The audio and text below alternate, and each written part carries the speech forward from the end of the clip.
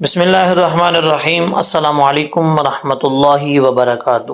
لاکھوں کروڑوں درود و اسلام نبی رحمت عالم صلی اللہ علیہ وآلہ وسلم کی ذات پر اور ان کی آل پر۔ آج ہم نورانی قاعدے کا تیسرا حصہ جو ہے، بلکہ چوتھا حصہ جو ہے وہ سٹارٹ کر رہے ہیں، اور سیکنڈ لاسٹ لائن سے پہلے جو لائن آتی ہے وہ انشاءاللہ العزیز جو ہے وہ آج ریڈ کریں گے۔ سب سے پہلے چلتے ہیں غین پہ، کیونکہ ہم نے عین پہ جو ہے وہ سٹاپ کیا تھا، اب غین سے سٹارٹ کریں گے۔ غین، فا، قاف، کاف۔ اچھا پہلے اس کے تلفظ دیکھ لیتے ہیں۔ غین، غین کو پڑھتے وقت غین کا مخرج یہ ہے کہ گلے کا وہ حصہ جو منہ کی طرف ہے، اس چیز کو آپ نے توجہ سے سننا ہے۔ گلے کا وہ حصہ جو منہ کی طرف ہے، وہاں سے یہ غین اور خا پڑھا جاتا ہے، ٹھیک ہے؟ غین اور خا پڑھا جاتا ہے۔ مثال کے طور پہ ایسے آپ کو پتہ نہ چلے تو بعض اوقات گلے میں کوئی بھی بندہ ہو، اس کے گلے میں الرجی ہو جاتی ہے، ٹھیک ہے؟ تو الرجی کو ختم کرنے کے لیے لوگ کیا کرتے ہیں، آواز نکالتے ہیں، ایسے ایسے آواز نکالتے ہیں۔ تو یہ والی آواز جہاں سے نکل رہی ہے نا، اسی جگہ سے یہ غین اور خا پڑھا جاتا ہے، ٹھیک ہے؟ غین اور خا۔ اب اس کو ویسے اگر آپ کو پریکٹس میں مسئلہ ہو رہا ہو تو اس کو ایک حرف کے ساتھ ملا کے کسی حرف کے ساتھ پریکٹس کر سکتے ہیں۔ حمزہ زبر غین، اغ، اغ، یا خا ہے تو اخ، ٹھیک ہے؟ حمزہ زیر غین، اغ، اغ، اغ، اغ، اغ۔ اس طریقے سے جو ہے نا آپ نے نکالنا ہے۔ اگر پھر بھی پرابلم ہو تو واٹس ایپ پہ رابطہ کر کے آپ پوچھ سکتے ہیں۔ یہ غین ہو گیا۔ آگے ہے فا، فا، فا۔ یہاں پر اکثر لوگ غلط پڑھ جاتے ہیں، وہ ہونٹ گول کر جاتے ہیں۔ فا کو پڑھتے وقت ہونٹ گول کرتے ہیں، وہ سمجھتے ہیں کہ فا پڑھنے کے لیے ہونٹ گول کرنا لازمی ہے، ایسا نہیں ہے۔ فا کو پڑھتے وقت ہونٹوں کا گول ہونا یہ کوئی طریقہ نہیں ہے۔ فا ادا ہوتا ہے، اس کا مخرج کیا ہے؟ اس کا مخرج یہ ہے کہ اوپر والے جو دو دانت ہیں نا، سامنے والے، ٹھیک ہے؟ اوپر والے دو دانت ہیں سامنے والے، ان کا جو کنارہ ہے، جو نیچے کی طرف کنارہ آتا ہے، وہ کنارہ نیچے والے ہونٹ کا جو تری والا حصہ ہے، تری والے حصے سے مراد اکثر لوگ کو سمجھ آ جاتی ہے لیکن کچھ لوگ نہیں سمجھتے۔ تو تری والے حصے سے مراد یعنی جو اندر اکثر گیلا رہتا ہے، ایک تو ہوتا ہے نا باہر خشک ہونٹ، وہ نہیں، جہاں سے خشکی ختم ہوتی ہے، اندر ایک گیلا حصہ شروع ہوتا ہے، تھوک کی وجہ سے اکثر جب وہ گیلا رہتا ہے اس کو تری والا حصہ کہتے ہیں۔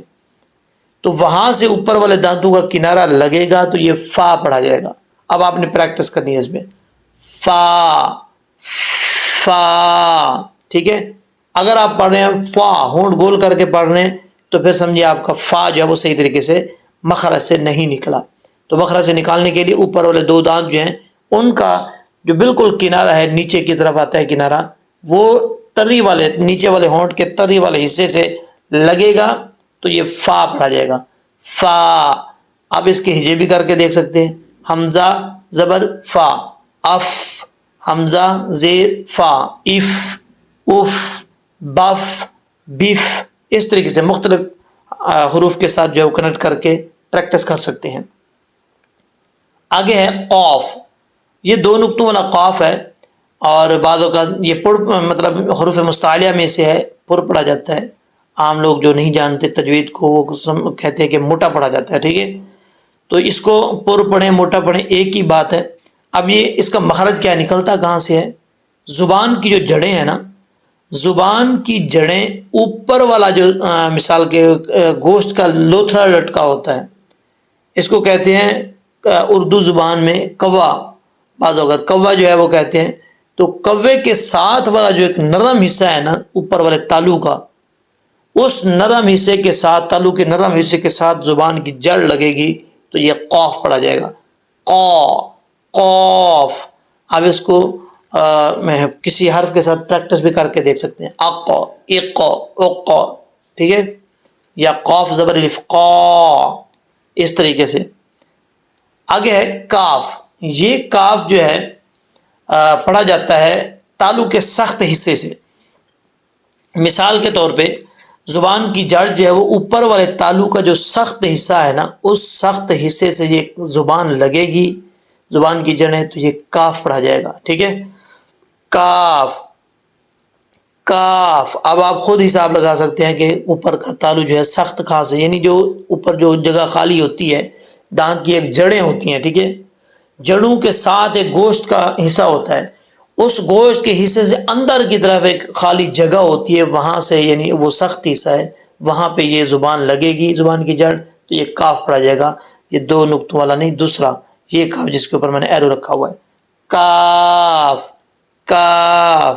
اس کو پریکٹس بھی کر کے دیکھ سکتے ہیں کسی حرف کے ساتھ ملا کے، حمزہ زبر کاف، اک اک اک، یہ وہیں سے سخت حصے سے لگ رہا ہے، ٹھیک ہے۔ آگے ہے لام۔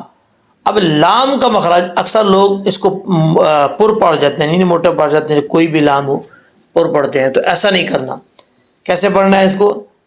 لام لام، یعنی جو سامنے والے جو دو دانت ہیں نا، ان کے ساتھ جو دانت ہیں، تجوید کی اصطلاح میں تو ان کو رباعی، ثنایا، دواحق یہ چیزیں کہتے ہیں، لیکن یہ چیزیں آپ کو سمجھ نہیں آنی۔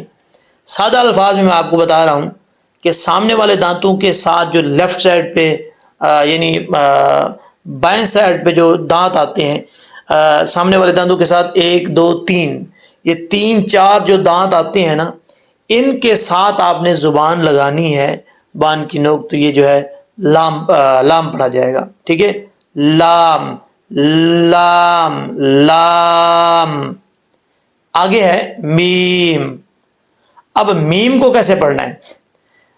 میم کا جو مخرج ہے یہ ہے ہونٹوں کا جو خشکی والا حصہ ہے نا، با جو تھا، فا جو تھا، وہ تو تری والے حصے سے پڑھا جاتا ہے نا، جو اوپر والے دانت جو ہے ان کا کنارہ تری والے حصے سے لگے، لیکن یہ جو میم ہے، میم یہ ادا ہوتا ہے جب ہونٹوں کا خشکی والا حصہ آپس میں جڑ جائے، ٹھیک ہے، آپس میں ملے تو یہ میم پڑھا جاتا ہے۔ جیسے میم میم، یعنی جب ہم ہونٹ بند کرتے ہیں نا، ہونٹ بند کرتے ہیں تو ان کا جو آپس میں خشکی والا حصہ ہے نا وہ مل جاتا ہے۔ خشکی سے مراد یعنی جو اکثر تھوک کی وجہ سے گیلا رہتا ہے وہ نہیں، جو باہر کی طرف بعض اوقات ہم روزہ رکھتے ہیں نا رمضان شریف میں، تو روزہ رکھنے کے بعد جب باہر والے ہونٹ خشک ہو جاتے ہیں تو یہ جو جگہ ہے نا، یہ خشک حصہ ہے ہونٹوں کا، تو وہاں پر یہ لگیں گے، دونوں آپس میں ہونٹ جڑیں گے تو یہ میم پڑھا جائے گا، میم، اوکے۔ اب اس کو ساؤنڈ میں پڑھتے ہیں، غین، فا، قاف، کاف، لام، میم، ٹھیک ہے۔ اب اس کو ایک اور غلطی کی طرف توجہ دلاتا ہوں، قاف اور کاف کو پڑھتے وقت آخر میں جو فات ہے نا اس میں کلکلا نہیں کرنا، ایسا نہیں پڑھنا قاف، ایسا نہیں، کاف، ایسا نہیں، قاف، بس کاف، ایسے پڑھنا ہے۔ امید ہے کہ آپ کو میری بات سمجھ آ گئی ہوگی۔ اگر ویڈیو اچھی لگے تو اپنے دوستوں میں، اپنے فیملی ممبرز میں ضرور شیئر کریں، تاکہ یہ ثواب کا کام ہے، جتنے لوگ سیکھیں گے آپ کو بھی ثواب ملے گا، مجھے بھی ملے گا، اور جتنا ہو سکے زیادہ سے زیادہ اس ویڈیو کو شیئر کریں تاکہ ثواب میں ہم شراکت حاصل کر سکیں۔ اللہ تعالیٰ ہم سب کا حامی و ناصر ہو۔ نیکسٹ ویڈیو کا انتظار کیجیے گا۔ اللہ حافظ۔